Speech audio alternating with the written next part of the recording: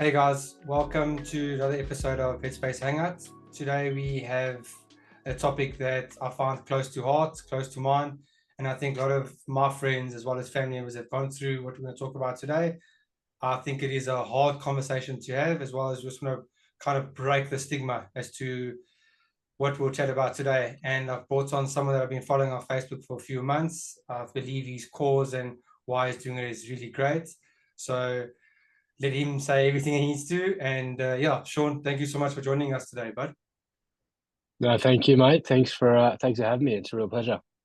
So today kind of is always a tough conversation. I think mostly besides men, but I don't want to be biased here. I think it's a lot around a lot of people.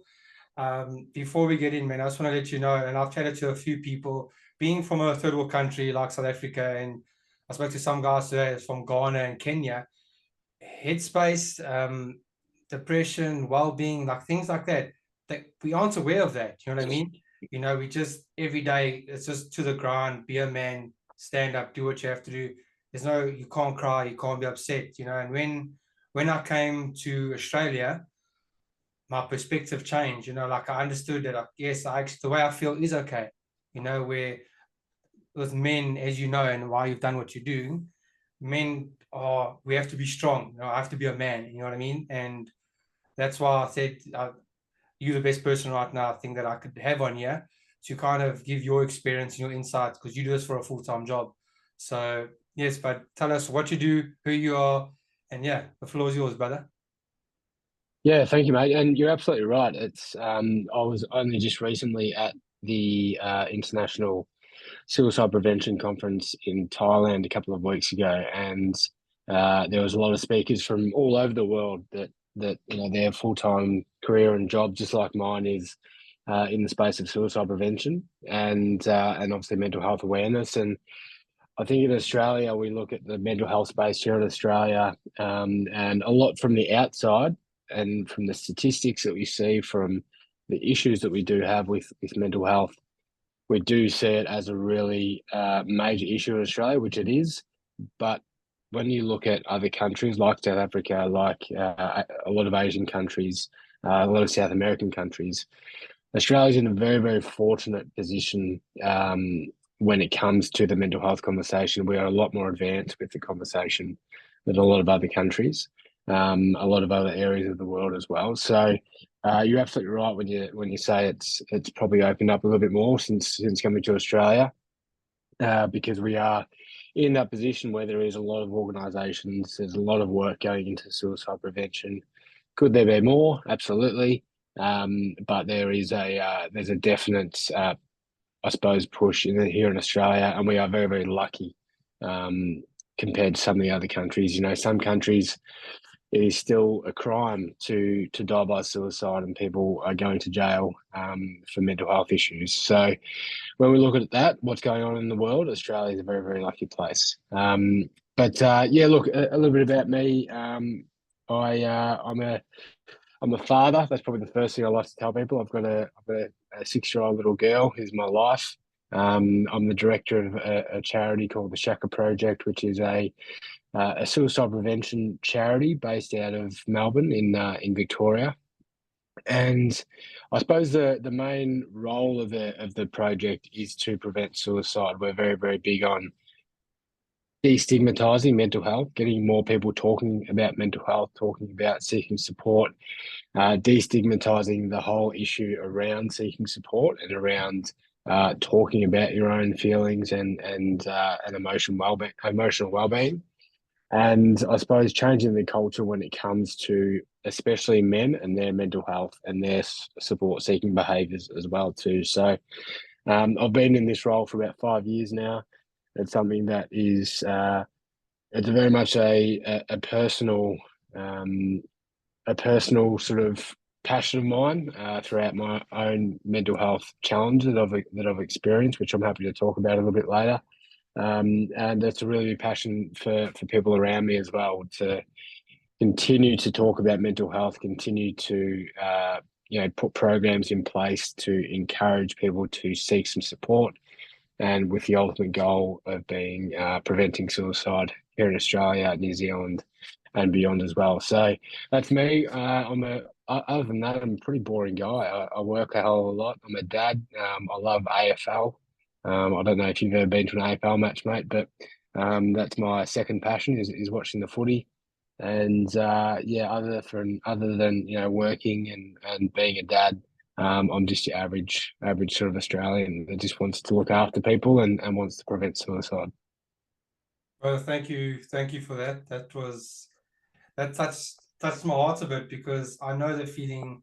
My daughter currently is 11 months, and I felt my vulnerability and my emotions opened like a dam. I think once my daughter was born, and I think this platform and what you're doing in particular is really amazing because a lot of people kind of, I would say, what I've seen, what they tend to do is try just push their emotions away and try just ignore it. Like, that person's upset or they've got a problem. It's okay. Like, I'm worrying about me, and I think talking about it, creating a conversation, letting it be okay to talk is what is very hard for a lot of people. I think I myself was one of them. And I think since I've started, it's only been the second month now, so still learning and going and seeing how it goes. But like it's hard because it just brings up vulnerability. Like people that I know, friends and family now, are gonna hear how I feel. Some might care, some might be like, wow. And the sad truth is, but some people don't care. You know what I mean? And that's okay because at the end of the day, like I'm doing this and you're doing what you're doing because you want to help people. You want to help those who need help but don't know how to speak. Yeah, yeah, absolutely. I think there's nothing that will make you more vulnerable than being a father of a little girl. I think that any father out there, to a boy or a girl, but I think girls have this amazing skill and gift of bringing out extreme amount of vulnerability in their fathers. And I'm the same. When my daughter was born, I was always kind of vulnerable and very, very open. But, as soon as my daughter was born, it sort of, I suppose, opened up a new skin and opened up a new layer of vulnerability for myself when it comes to work, my passions, my, the things that I love to do, people that I love, the people around me, all those sort of things too. So if there's one thing in the world that can bring out a man's vulnerability, it's definitely being a father, for sure. Yeah, of course, but and like I don't know what your insight is, but what I was saying to a few mates the other day, and what's so crazy, I don't know if it's a females do it, I could be wrong, I don't know. But I'm speaking about some men as well as myself, where I could be pushing my daughter in a trolley, making voices, being all silly, making her laugh, and then like a man, big or stronger or something, would be walking towards me, and I don't know if it's like an alpha male thing or something, but like you chest up, kind of why are you looking at me like who's stronger? I don't know. It's just maybe it's my mind. I don't know, but I feel like that's a male thing where with women they take everything, they open up, they don't just quickly, oh, I'm better than you, this, you better than me kind of thing. I don't know. It's off topic, mate, but I just feel that men kind of have an alpha male. We don't want to talk about it. I'm stronger than you or whatever like that. It's not like, hey man, how are you today? Are you okay? Oh, that's a nice shirt, brother. How's things going? It's more of a, I don't know, testosterone boost. Who knows? Yeah, Um, I know. I don't even think it's off topic. I think that's actually on topic 100% because that's a lot of the work that I do is around um, that ideology of men and the culture and the stigma around men. And I think that that feeling, the one you just suggested, and that example is so true. And it's got a lot to do with the fact that for hundreds and thousands of years, men. Let's metaphorically look at what you just suggested there. 1,000 years ago, if a man was walking towards a man, it was chest up, puffy chest out because it's fight or flight.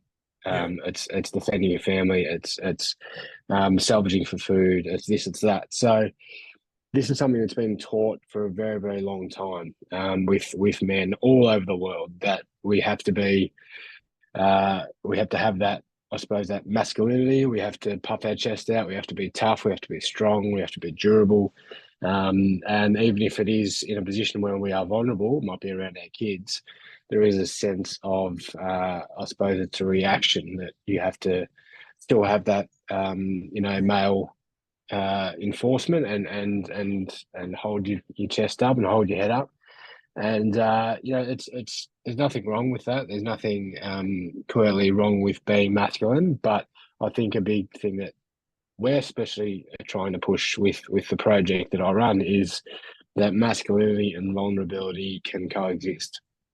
That you can be both at the same time, and you can be a masculine man, but you can also talk about your feelings. And talking about your feelings doesn't lessen your masculinity, and your masculinity doesn't lessen your vulnerability too. So Of course. just talking about the idea that they can coexist is super, super important.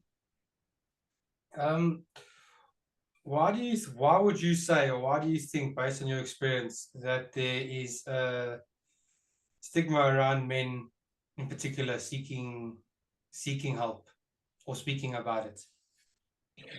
A lot to do with what I just said then. It's just that whole idea that a lot of it's got to do with shame. We are boys and men that are grown up to protect the people around us and to provide and to be strong and to be durable. So if we're presented like that from birth, and then all of a sudden we have to show that we're not at that level by admitting that we are not okay. And when you look at it from an outside perspective, you think, well, that's not the case. Just because you're not okay doesn't mean you're not who you are. But when we are brought up with the idea that we have to be this strong masculine man, and then we have to admit I'm not this strong masculine man, we feel like a failure. We feel that shame. We feel that that sadness of not being able to live up to what we're expected to be. So that's something that's been built up again over hundreds of thousands of years of this, I suppose, masculine energy that's been forced into a lot of us as we've grown up and through our sort of teenage years as well too. So there is that big stigma. It's something that it is changing. It is changing to a point where we're seeing a lot more men seeking support, but there is a hell of a lot of work to do. And one thing I always say is that this stigma has been created over hundreds of years. We're not going to be able to get rid of it over 5 years. We're not going to be able to get rid of it over 10 years. Something that's been built up over hundreds of years, it's going to take a while to change, but we'll take every day as it comes, every win as they come as well. Yeah, of course, but I think what you said hit the nail on the head. Um, with what you do, what steps would you recommend someone that is a bit too scared to talk to anyone, and doesn't know how to? What steps would you say they could do? I think it's super important to, I think, just have a really honest conversation with yourself, and that can happen in a couple of ways. It could be a quite literal conversation with yourself, is sitting in a dark room or going for a walk and just talking to yourself and just saying, right, what is it right now in my life that I need, and what is it that's going on right now that's causing me this uh, to go through what I'm going through at the moment. What is it right now that I feel like I need to or want to change about my life to uh, achieve a little bit more happiness in my day-to-day mental health and mental well-being. And having that honest conversation with yourself can be really, really tough. I think that's the first step, because once we do that, once we start to, I suppose, acknowledge that, okay, I'm not doing too well, that's the first major step in then continuing out, right, what am I going to do now? So if we go up to someone and say, look, I've noticed you're struggling. Here's this person that's a psychologist, go talk to them. That's not really going to help that person. That person first needs to have that conversation with themselves. They need to uh, come to some sort of understanding themselves that, yes, I am going through something, I'm struggling, and they need to go through some sort of acceptance stage before they say, right, I've accepted it. I know that I'm going through something. I'm not 100% sure what it is or what's causing it. Now I can go and do something about it. And that's when we start to get the different avenues. It might be going to a GP and getting a mental health care plan. It might be going and talking to their partner or talking to their parents or to their friends. It might be going to psychiatrists and psychologists. So there's a lot of different, I suppose it's a pretty niche answer for a very broad answer Oh, as of well, course. because everyone it's going to be different for everyone. But I think the first person you should be talking to is yourself, having a really honest conversation with yourself about what's going on, and then from there you can work out the steps. And don't rush it. You know, it's not going to happen overnight. It's not going to be something that is going to be able to you're not going to be able to work through it over a couple of hours or a couple of weeks. It might take some time. So just show yourself some patience, be kind to yourself, and have that honest conversation with yourself.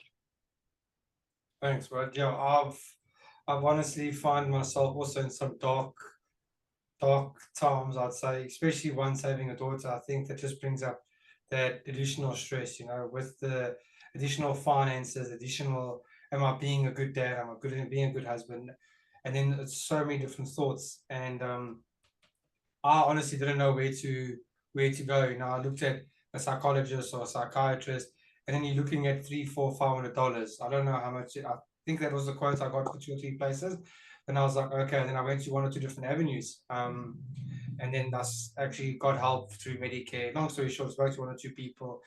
They gave you guidance, but it was a bit challenging. But just opening up to someone that I didn't know, for me, helped me, because I felt, speaking to like my parents or friends, it was really hard, because I felt awkward and, like, I wouldn't say ashamed, but like, kind of, you that person that everyone looks at like, what are you complaining about?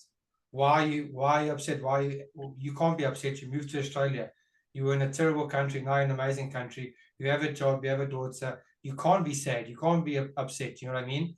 And yeah, so I don't know where I was going with that topic, but yeah, sometimes I find some dark corners, but at the moment, there's days where I do find there's better ways to find the information online and seek what I need to. And there's a every day will be hard, but there's sunshine at the end of the day, or at the end of the tunnel, should I say?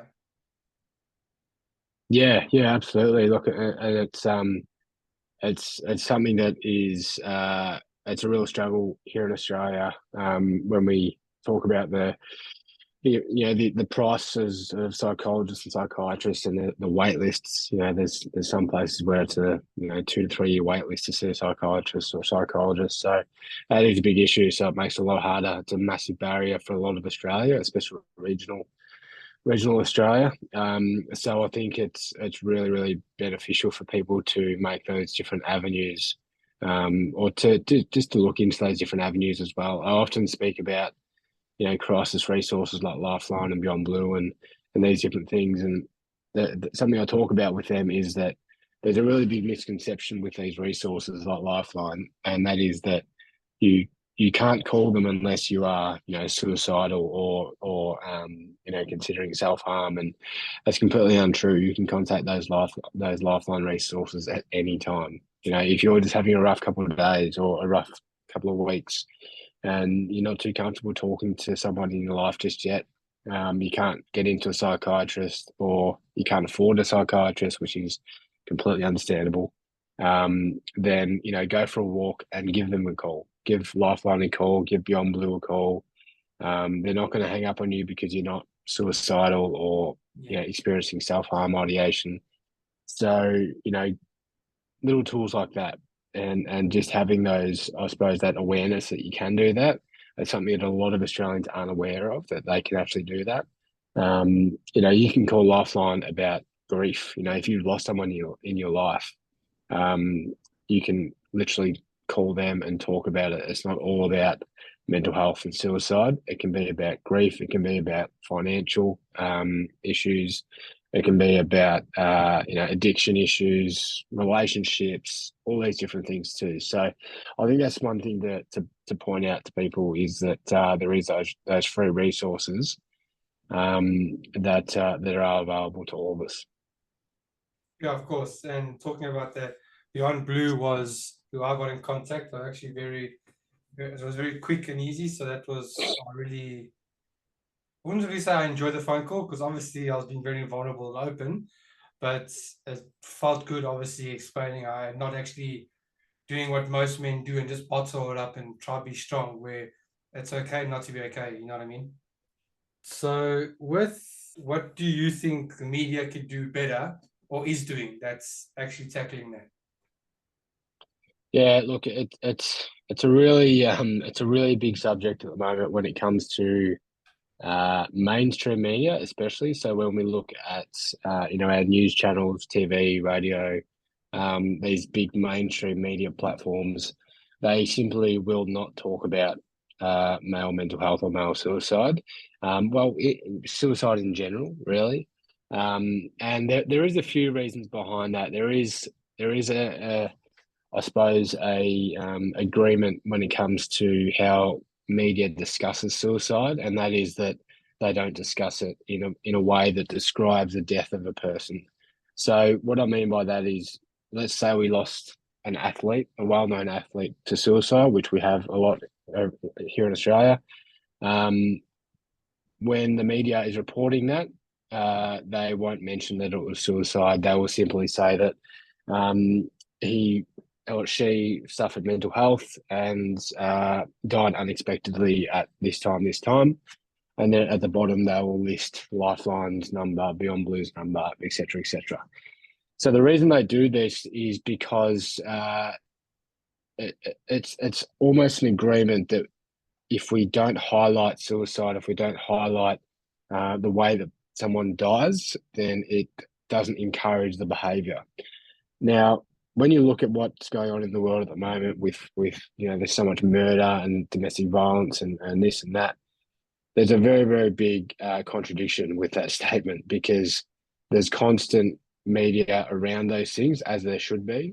There's constant media about murders, around politics, around gun violence in the US just a couple of days ago, around domestic violence.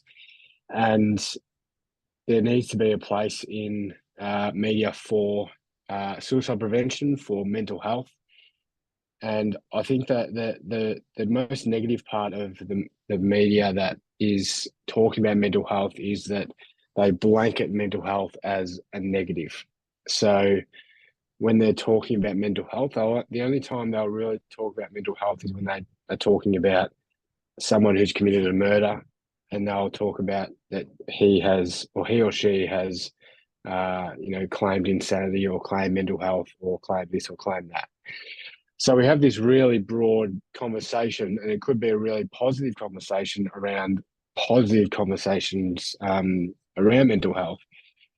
But everything they talk about is I suppose connected directly to negativity. So towards murder, towards domestic violence, all these different violences and stuff like that too. So it's a really big issue. I think the one thing that social media, I suppose, platforms are doing right is allowing people to have their say, and there is a lot of people that their say can be very harmful, but there's also a lot of people that are doing very, very amazing things as well when it comes to this space.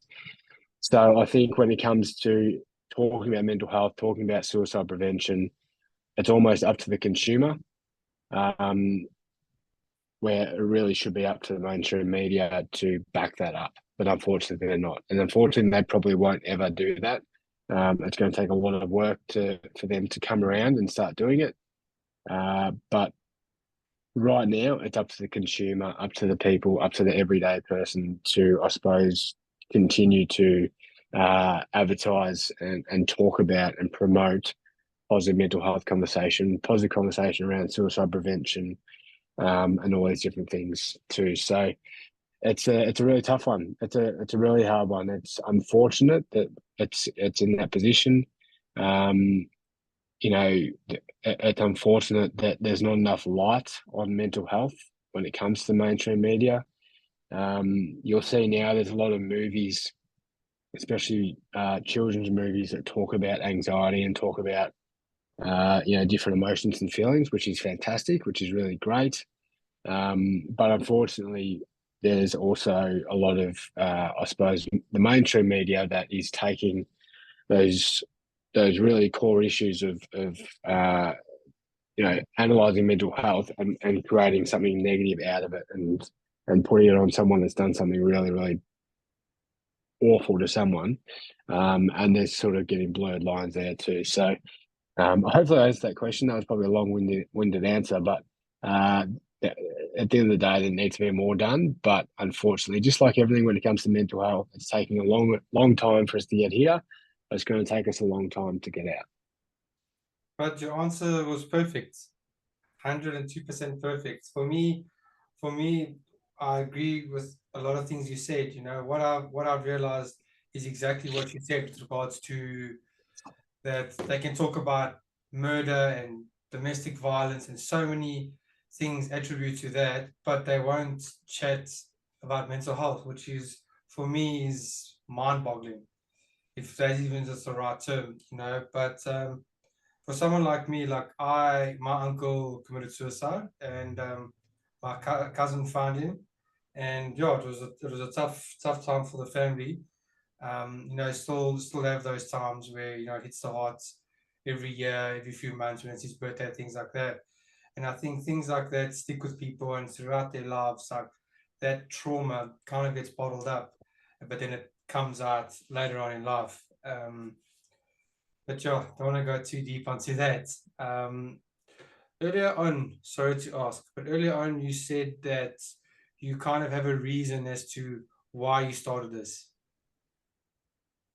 Yeah. So I suppose my sort of mental health journey started pretty young, and it started when I was 15, and I started to go through my own mental health experiences. I started to go through suicide ideation. I started to go through a lot of thoughts of self harm, and that has gone all the way through to now. I'm 31 years of age now, and for the last 16 years I've lived with mental health. And for the last 16 years, suicide has been part of my life. And what I mean by that, and I say that every time I talk about my story, I say that I think about suicide every single day. Now, the reason I say that is not because I feel like I think about taking my life every single day, but I think about suicide every single day because it is a big part of my life. It's something that I went through personally with my own attempts, and it's also something that obviously I do as a job. But it's something that I think about every single day because it is such a big issue here in Australia and all around the world.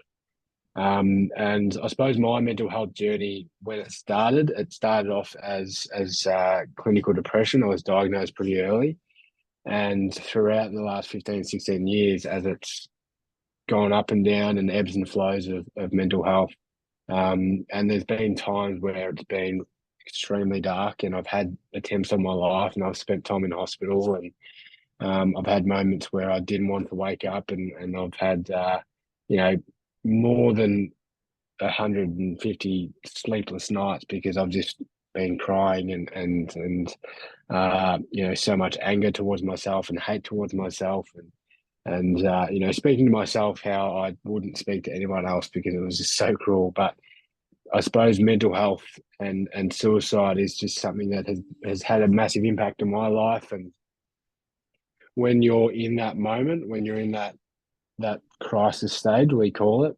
around suicide, when you don't want to be alive anymore, it's really scary. It's absolutely fucking frightening. And it's something that I think about a lot of when I've been in that moment. And when I think about that moment, I get a whole lot of motivation to continue to do the work that I'm doing, because right now, as we sit here recording, mate, there's hundreds, thousands of people in Australia right now, a lot of them men, that are sitting there considering taking their life. And I find that really, really difficult to think about because I've been there before. So many other people have been there before as well. And it really, really upsets me that there's people out there right now, as we speak, that are considering taking their lives. And unfortunately, there are people that by the end of tonight will die by suicide here in Australia too. So it's something that I'm super, super passionate about because of that reason. Because I don't want people firstly, to lose their loved ones. I think it's awful, the idea of losing a father, a son, an uncle, a brother, a sister, a partner. And I think it's just such a shame that, I mean, suicide is quite literally our number one cause of death in men aged 15 to 35 here in Australia. Like, if you're a boy aged 15 to 35, you're more likely to die by suicide than anything else. Anything else. Anything else. And it's just, when you think about that, it's horrifying. So it's a real drive of mine and so many other people. In this industry, there's so many people that wake up every single day and their number one job is to prevent suicide. And it's heartwarming to see, but there's a hell of a lot of work to do. And I'll continue to use my moments of despair as motivation to get as many people out of that and get them to survive and tell their story one day, as I possibly can. Wow, mate. I don't even know where to begin. Thanks so much for opening up. I don't think that's very easy to say. I think you've probably said it a lot of times, which kind of makes it a little bit easier. But yeah, not a lot of men will open up on that, and literally got me in a tear or two here, mate, because you saying like a lot of dark corners, a lot of time where that voice in your head is telling you things that you would never say to anyone. That you hate yourself, but you're fighting. Like there's so many times where I feel like I'm alone and I'm fighting with myself in my head and all those things, and then you go and say the exact same thing. So like, it really, I won't cry, I promise you. I'm trying not to, but it really gets to me. So thanks for opening up. I appreciate that. No, pleasure, brother. No, it's okay to cry. That's the Yeah. whole point. It's I think the power of vulnerability, and the biggest thing with males that I've found over the last 5 years doing this work is that all it takes sometimes is for somebody else to say what has been happening with you. So as you just mentioned, then sometimes you sit there and you talk to yourself really negatively and poorly and stuff like that too. And as soon as you heard someone else, myself, say, I do this, I've done this before, that sets off a trigger, that sets off an alarm to say, hey, that's what I've done as well. And then allows you to then say, right, this is normal. This is okay. Other people are going through this. Other people are experiencing this. And I think, especially with male, I call it the bro ball effect. Okay. So if we can get one bloke to say, right, there's been times over the last 5 years that I have considered self-harm. And there's been times where I've sat there and cried. If he can say that to 5 mates, I can almost guarantee that 4 of those mates will say, me too. And then those 4 mates can go and say it to their 3 mates, and 2 out of 3 will say, yep, I've done that too. This is my story. And then they'll go tell their story, they'll tell their story, and we'll get that bro ball effect. And I think it's so powerful just to have that vulnerability and to show the vulnerability, because it allows others permission to talk about what's going on in their life and tell their story too, because everyone has a story of despair. Everyone has a story of sadness, of depression, of really horrible feelings and moments. And unfortunately, not unfortunately, but sometimes it just takes someone else's story to give us the bravery to speak about it. Yeah, mate, I fully agree. And I think you are leading by example, leading from the front.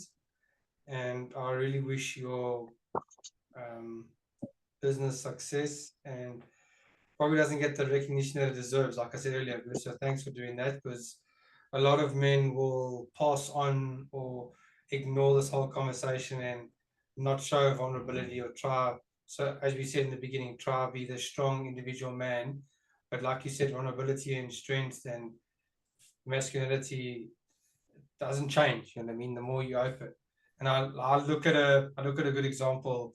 I don't know him personally. I wish I did, but it's irrelevant. But Dwayne Johnson is kind of one of the biggest guys I've ever seen in my life.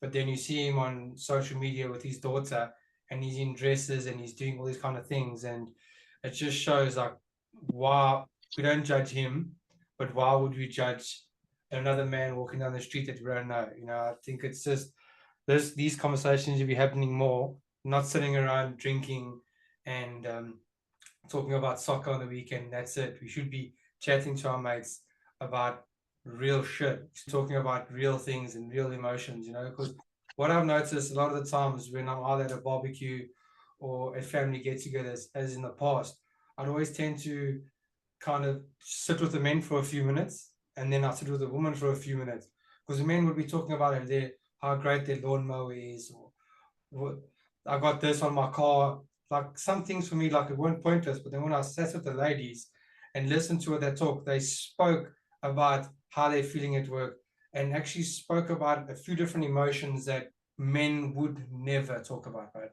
And I think that's the whole dynamic of your numbers of why men suffer a lot more because we don't want to be vulnerable.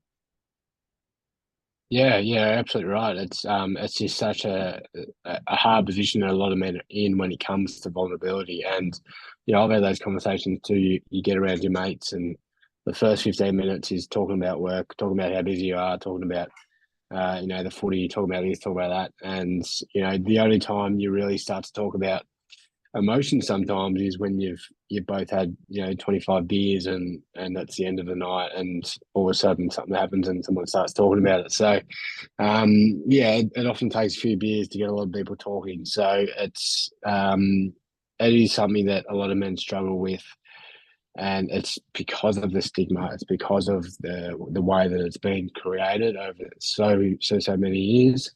But the best thing about it is the fact that we have the ability to change that. So, you know, the ways we can change it is just by talking about it. It's just by continue to talk to your mates about it, continue to encourage it, continue to promote it, and be the change that you want to see. A big issue that I see often, mate, is a lot of men, especially, they will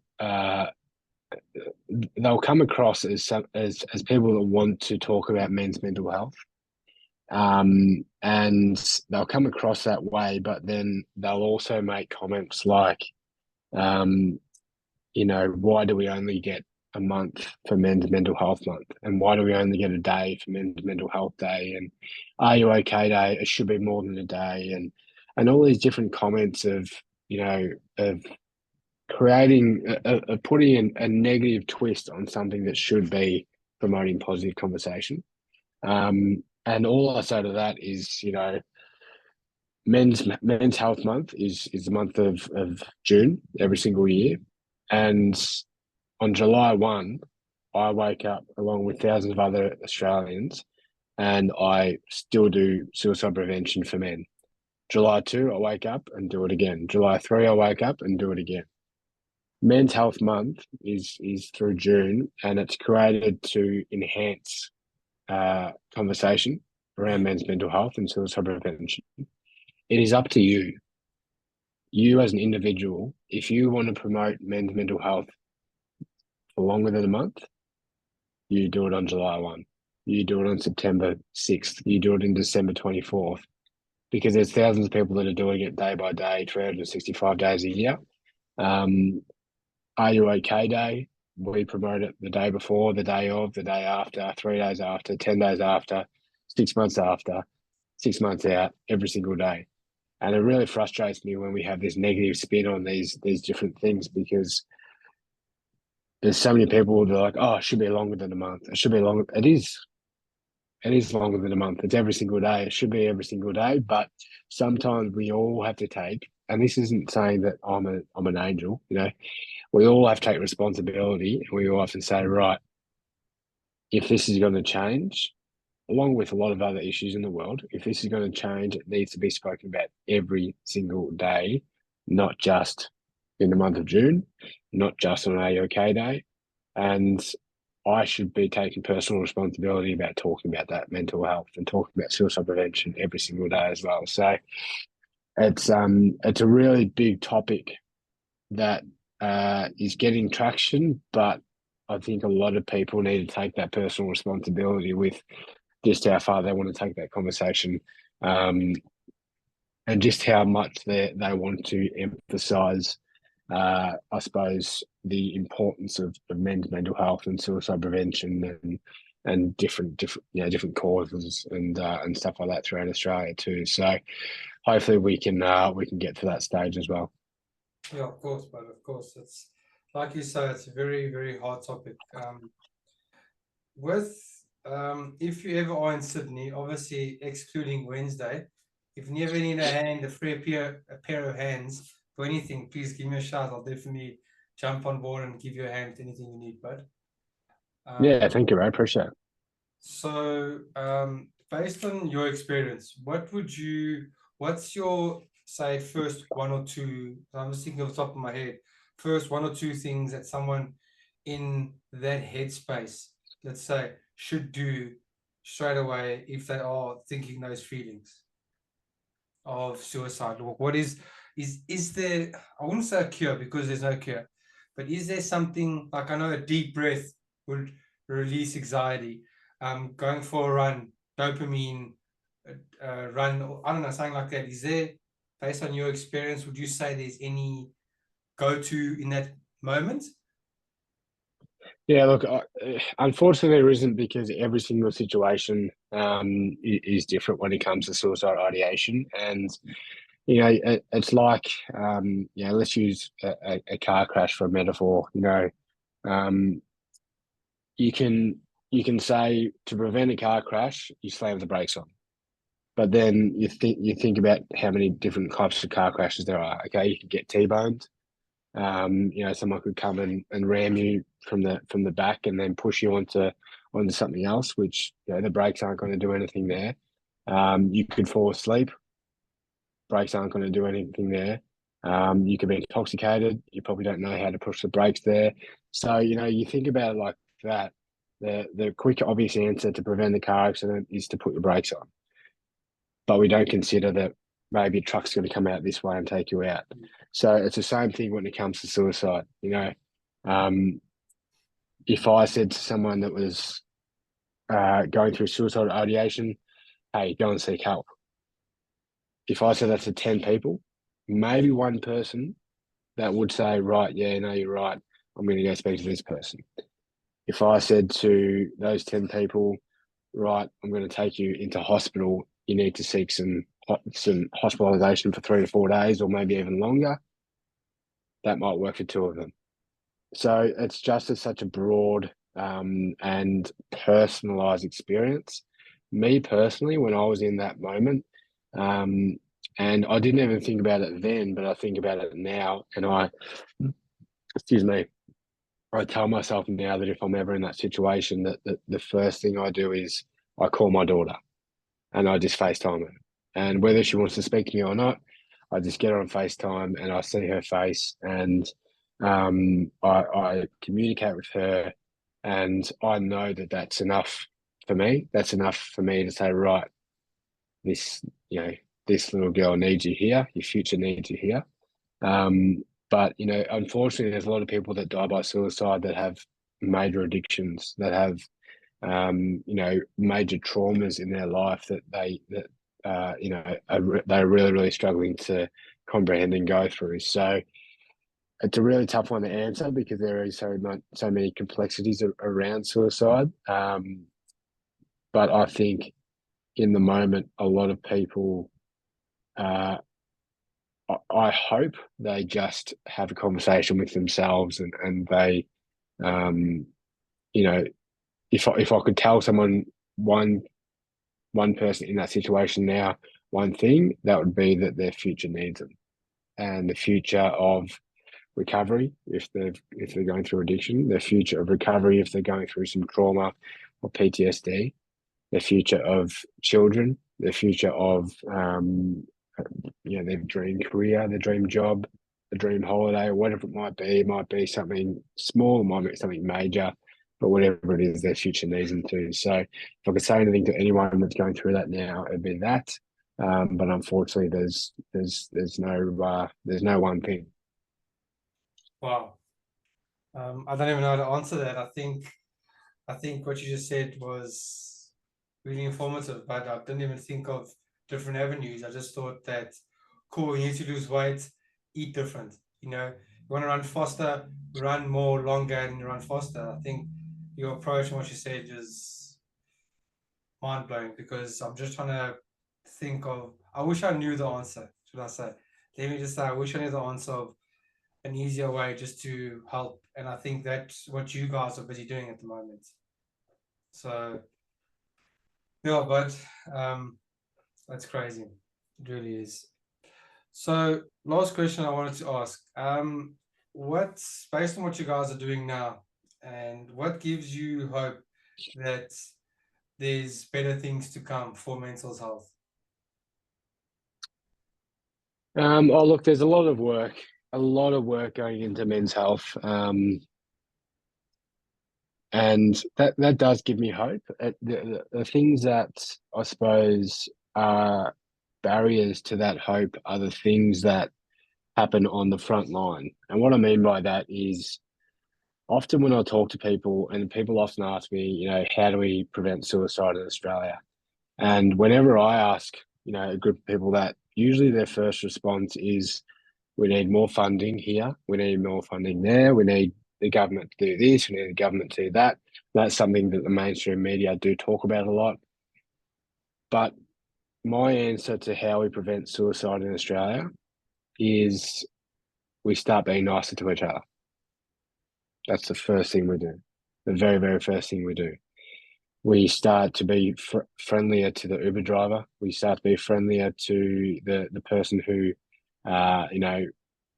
runs the pub down the road, or the footy coach, or the other parents, or people that may be going through addiction and are living rougher on the streets. Instead of calling them junkies, maybe see if we can help them out in some sort of way, or just speak nicely to them. I think mental health and suicide prevention starts there. And I think there is small changes when it comes to that. People are starting to recognise that a little bit, but there's a hell of a long way to go with that too. So, I think the amount of work that's been put into it, the amount of recognition for a lot of people that are doing great things is a good start. But we are, if we look at it as a whole, we are 0.3% of the work we need to do around the world when it comes to suicide prevention. We got a long way to go. And it's probably something that we won't see in our lifetime. Unfortunately, it's going to be something that probably in 60, 70 years, it's still a major, major issue. But hopefully, we're going to have things in place then that are preventing suicide on a higher rate, preventing youth suicide especially, and hopefully that stigma has disappeared from our life and from the conversation of mental health and suicide prevention. Yeah, I really hope that social media kind of goes more of the positive than to the negative, like speaking to people better, where some things said, mostly it's comments. I think comments on social media sometimes can break a person's character and actually cause them to go down that road. Like simple pictures of this person of themselves or a friend or family, and you get keyboard warriors, I call them, as everyone calls them, that tend to just judge without knowing the facts. And I think that's the pros and cons of social media, where it could be great, but it could be bad at the same time. Yeah, you're absolutely right, and I think that's a real big factor when it comes to what I spoke about before about having that personal responsibility for mental health and suicide prevention. Is that if you are going to be passionate about suicide prevention and mental health and mental health awareness, you have to remember that if you are going to do that, you have to act and respond in that way as well. So often I'll see people that they might share our stuff on social media, and then they'll be on something on Instagram or Facebook, and they'll be essentially trolling someone or bullying someone for who they are, for their sexuality, for the teenage barrier, for in footy, and saying horrible things to them.